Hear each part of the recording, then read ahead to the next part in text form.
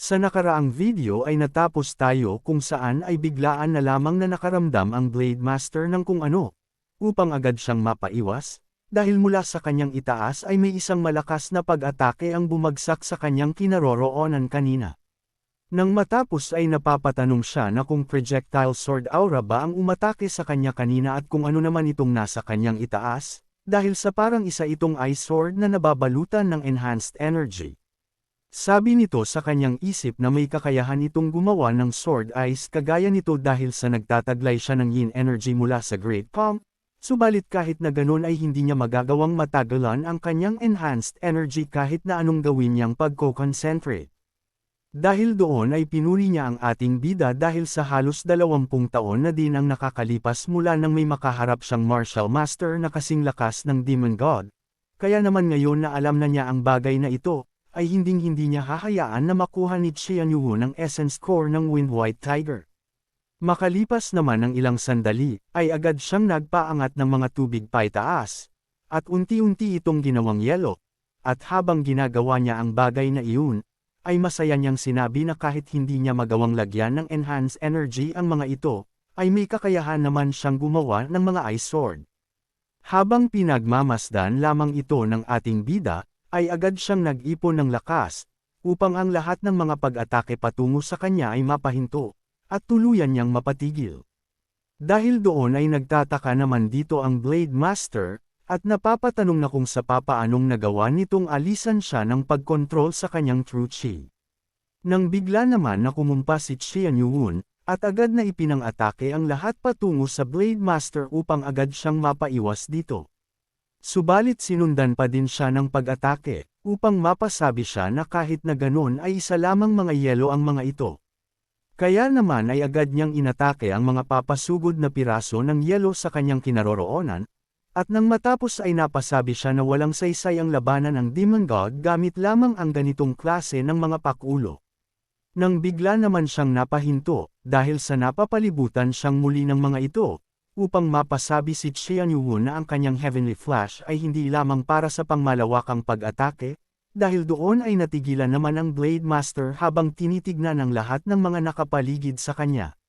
Sa nangyari ay nagalit naman ito at nag-ipon ng kanyang lakas, at sa isang pagwas-iwas lamang ng kanyang sandata, ay nagawa nitong mapabaluktot ang lahat.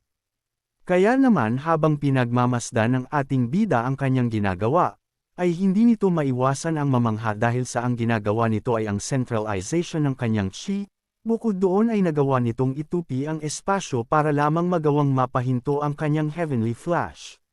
Dahil doon ay napasabi siya na talagang napakatalentado niya at hindi ito nahuhuli kumpara sa Combative Divine, at sa tingin pa niya ay mas mahihirapan siyang kaharipan ito dahil sa nagawa na nitong makakuha ng ilan sa mga essence core ng mythical creature. Sa kabilang banda naman ay napapasabi ang mga elder ng Supreme Saber of Six Martial Arts Sect na kung labanan pa din ba ito ng mga tao, dahil sa hindi pa sila nakakakita ng ganitong klase ng labanan noon. Sa isip naman ng isang master ng Supreme Saber of Six Martial Arts Sect na hindi niya sukat akalain na maitutulak sa ganito kahirap ang kanilang Blade Master, at ang dalawang ito ay talagang mga halimaw. Natigilan naman ang dalawa sa itaas, dahil sa muling tumayo ang Wind White Tiger, at galit na nakatingin sa kanilang kinaroroonan. Dahil doon ay nagtataka naman ang Blade Master, at maging ang ating bida ay napapatanong sa kanyang sarili na nagawa na nitong alisan siya ng kanyang essence core, kaya naman ay bakit hindi pa ito namamatay ngayon.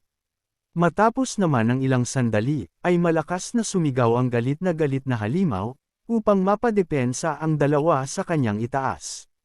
Subalit sa di inaasahan ay bigla na lamang na inatake ang halimaw mula sa kung saan, upang agad itong mapabagsak. Hindi naman makapaniwala ang Blade Master sa nangyari, dahil sa ang dumating ay ang Combative Divine na si RQE. Kung umabot ka na sa parte ng video na ito ay maaari lamang napindutin ang like at super thanks sa baba bilang pagsuporta. Maraming salamat. Sa isip nito ay naiinis siyang napapasabi na ang halimaw na ito ay ang taong nagbigay sa kanya ng una nitong pagkatalo sa buong buhay niya, at siya din ang rason kung bakit ang kanilang malaking plano ay napurnada noon at humantong pa para sa kanya na magtungo sa matinding pagsasanay. Ang itsura ng Combative Divine ay ganun pa din kahit lumipas na ang 20 taon, subalit ang kanang kamay nito ay mukhang nasa malubhang estado na, at ang pabagsakin ang malaking halimaw na iyon gamit ang kanyang kaliwa kamao ay talagang nakakamangha. Napasabi naman sa kabilang banda ang isang master na hindi na lamang ang Demon God ang naririto, dahil sa dumating na din ang Combative Divine. Subalit inakala niya na pinastlang na ng Demon God ang halimaw na ito at walang rason para hindi iyon gawin ni Xian Yuhun, subalit may pagkakapinsala itong natamo sa kanyang kanang kamay at kakaiba iyon para sa kanya. Nagtataka siyang napapatanong na kung nagawa bang matalo ni RQE sa Demon God, subalit ang Demon God na kilala nila ay hindi nagpapakita ng kahit na anong awa sa kanyang mga nakakalaban. Subalit ang makita ang isang ito na dumating matapos ng kanilang laban ay talagang kakaiba. Subalit sa tingin niya ay inihinto ng mga ito ang kanilang naging labanan dahil sa narinig ng mga ito ang Wind White Tiger, kahit pa ganun ay kailangan niyang paglabanan ang dalawang ito.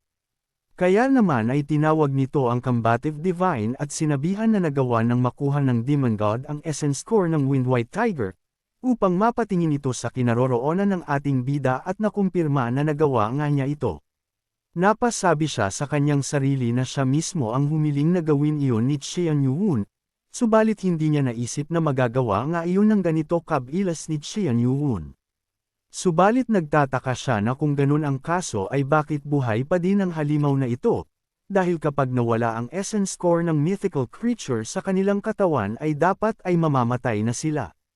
Nang bigla naman na nagsalita ang isang master ng Supreme Saber of Six Martial Arts Sect at inasar si RQE na kung hahayaan lamang ba nito na kuhanin ng Demon God ang essence core ng Wind White Tiger, at tinanong na kung ang dahilan ba para matakot siya ay dahil sa nagawa siyang matalo sa kanilang labanan ng Demon God.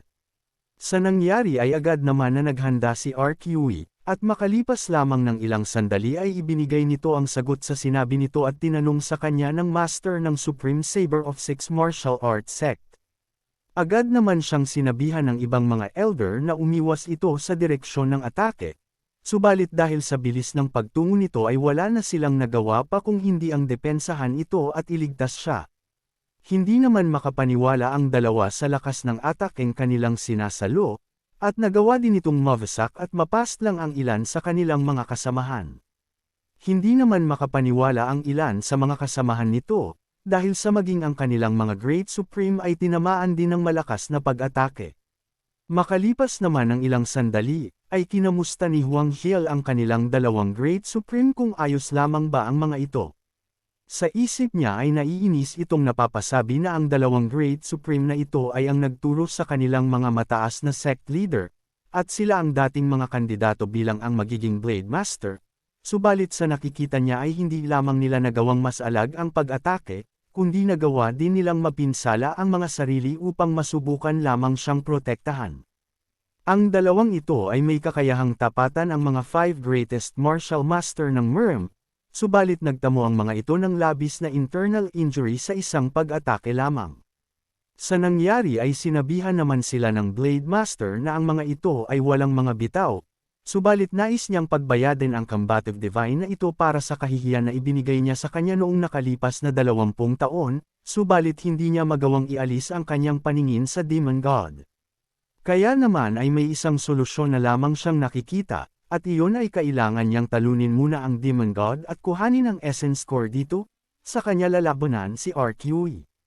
Dahil doon ay nagpadala siya ng sound telepathy kay Huang Hiel at inutusan na pigilan nila ang Combative Divine habang kinakaharap niya ang Demon God, na agad naman itong sinang-ayunan.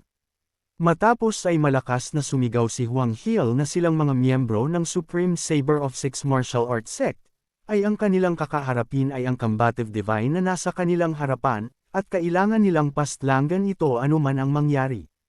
Subalit bigla na lamang siyang napahinto sa kanyang pagsasalita, dahil sa muling tumayo ang mabangis na Wind White Tiger sa kanyang likudan, at pagkatapos ay muli itong umatungal ng malakas. Dahil doon ay napasabi naman ng ilang mga miyembro nito na inakala nila na patay na ang halimaw, dahil sa lakas ng ginawang pag-atake ng Combative Divine ay ang kahit na sino na tatanggap nun ay kamatayan na ang sasapitan. Kinabahan naman si Huang Hiao sa kanyang nararamdaman, dahil sa labis na lakas ng murderous intent na pinapalabas ng halimaw na ito, upang mapatanong siya na kung isa pa din ba itong mythical creature na walang essence core. Nagtataka naman na napapatanong si RQE, dahil sa kahit pa nawala na ang essence core nito, ay nagawa pa din itong makaligtas sa kanyang ultimate attack. Hindi nito alam ang rason kung ano ang nagpapanatili sa kanyang buhay, subalit kung nagawa na nitong malagpasan ang sakit at kamatayan sa pamamagitan ng matinding galit at pagkamuhi, ay sa tingin niya na ang sitwasyong kanilang kakaharapin ay hindi na magiging madali. Kung nais mo na masubaybayan ang mainit-init na kabanata, ay i-open lang ang notification bell pagkatapos mo na mag-subscribe.